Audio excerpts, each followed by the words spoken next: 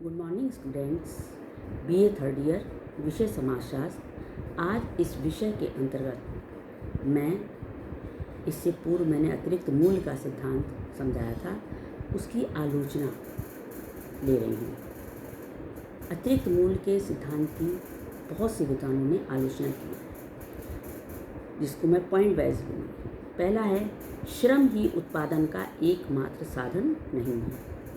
आलोचक कहते हैं कि श्रम, जो कि मार्क्स ने माना है कि श्रम ही उत्पादन का एकमात्र साधन होता है, जबकि ऐसा नहीं है। श्रम ही उत्पादन एकमात्र का साधन नहीं होता है।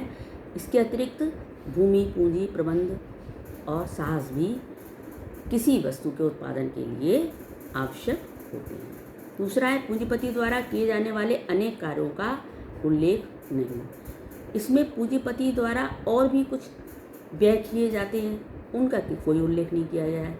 जैसे भूमि सुधार, कारखानों का सुधार करना, मशीनों की घिसावट आदि, श्रमिकों का उत्तम जीवन, बोनस आदि देना श्रमिकों को, ये सब जो धनराशियाँ व्यय होती हैं, इनका कोई भी वर्णन मार्क्स ने अपने सिद्धांत में नहीं किया है, जो कि गलत है। तीसरा है, विनिमय मूल्य उपयोग मूल्य पर निर्भर करता है। विनिमय मूल्य उपयोग मूल्य पर निर्भर करता है, बिना उपयोग मूल्य के विनिमय मूल्य नहीं हो सकता है। और चौथा है, मानसिक श्रम की उपेक्षा। इन्होंने क्या करा है कि शारीरिक श्रम को तो इन्होंने का वर्णन किया है, लेकिन इन्होंने मानसिक श्रम की कोई भी बात नहीं कही है। इन्होंने, जैसे कि मानसिक श्रम में क्या होता है कि तकनीकी ज्ञान है, प्रबंध पटुता है, व्यवसाय कुशलता है, वस्तुओं के निर्माण और वस्तुओं के तैयार करने के लिए उपयुक्त बाजार ढूंढना है, ये सारी चीज़ें भी मायने रखती हैं, जिसका इन्होंने कोई भी वर्णन अपने सिद्धांत में नहीं किया है। और अगला है, सिद्धांत अस्पष्ट। ये सिद्धांत जो है वो अस्पष्ट है, कोई स्पष्ट नहीं है, क्योंकि मार्क्स ने कहीं भी पूंजी, मूल्य और कीमत शब्दों की स्पष्ट व्याख्या नहीं की है। और नेक्स्ट है, सिद्धांत विरोधाभास युक्त। ये सिद्धांत विरोधाभास भी रखता है। मार्क्स का ये इस सिद्धांत में एक और तो वो ये कहता है कि पूंजीपति लाभ या अतिरिक्त मूल्य का अतिरिक्त मूल्य प्राप्त करने के लिए नई मशीनें लगाता है, एक और तो ये कहता है। और दूसरी ओर क्या कहता है कि मशीनों एवं कच्चे माल आदि से कोई अतिरिक्त मूल्य प्राप्त नहीं होता है।